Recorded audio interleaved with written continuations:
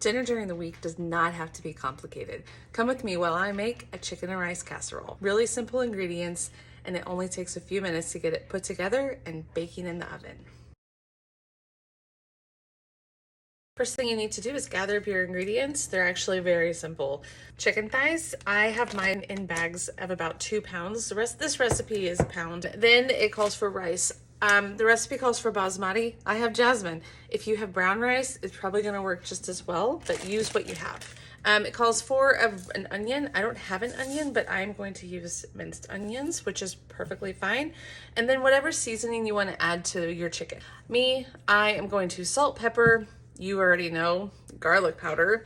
And then tonight, this is one of our family favorites, this Kinder's Cowboy Butter. First thing I'm gonna do is just cut these chicken thighs up into bite-sized pieces. You also need some carrots. So I just added some olive oil to the bottom of this pan. So we're gonna be adding this diced up chicken thighs to the pan. All right, and on top of the chicken, now we're gonna start with our seasoning. So the first thing we're gonna do is add some of these minced onions, just to sprinkle over the top. Then we're gonna go in with some salt and some pepper, garlic powder. And lastly, this is where you're gonna use whatever kind of seasoning that you wanna use on your chicken.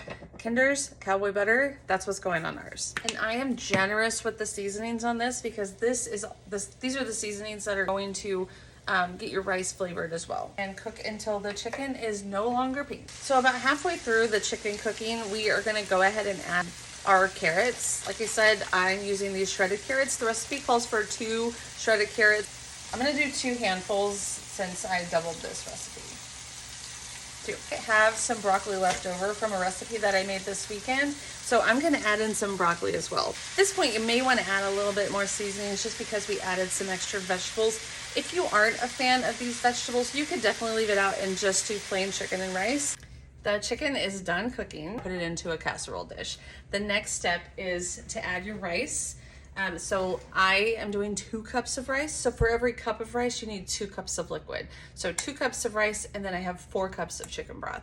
So this is just gonna go over the top. And then you also need to add in your broth. Now we're just gonna mix it all together.